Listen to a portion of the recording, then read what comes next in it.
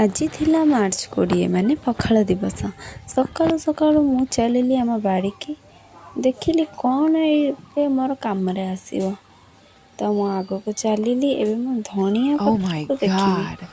धनिया पत्र को देखिबा समय मन देखा टमाटर गछ तो टमाटर होइछि किंतु ये कंचा और छोट अछि। तो मु आगो को बढ़िली देखिला बेलू को एठी हेइरे हेइछि धनिया पत्र किंतु फूल फुटी जाइछि हे साड़ा तक नबानी आउ नानिबा। एबे मु कंचा लंका गछ को जाउछि देखि पारथिबे लंका कते सुंदर होइछि। मु कंचा लंका को छिंडेली ते सुंदर होइछि मु तक एबे नेबी।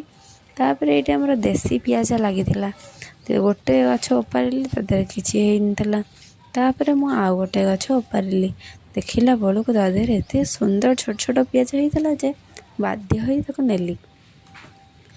नबार तो इच्छा नथला किंतु पखाल सहित तो एटा भल लागिबो तेणु मु एटाको नेली।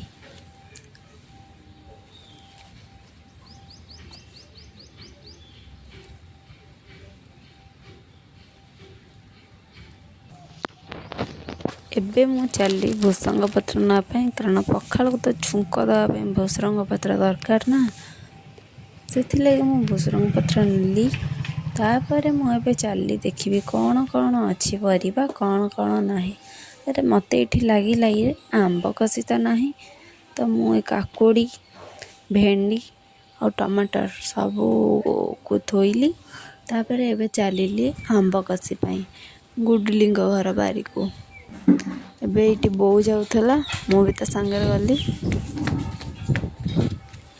देखिपे मुझे जाऊँगी गुडली बारे आंब कसी आने ये देखो बारे के सुंदर सुंदर आंब कसी होती। मु चलिली घर परमिशन आने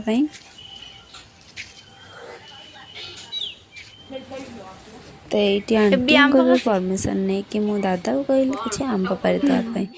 दादा मत ये तोलिक आंब देले ये बिले दांत देखला तो मु आसीगली घर को आंब नहीं कि।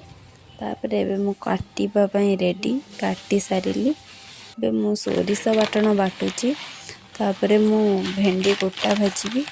तो किए किए भेंडी गोटा भजा खाइच कमेंट कर। मु लंका गोटे पकईदेवी तापर ताको बाटिकी भाजा स्टार्ट कली। तो मुझे बड़ी भाजी बड़ी पकईदेली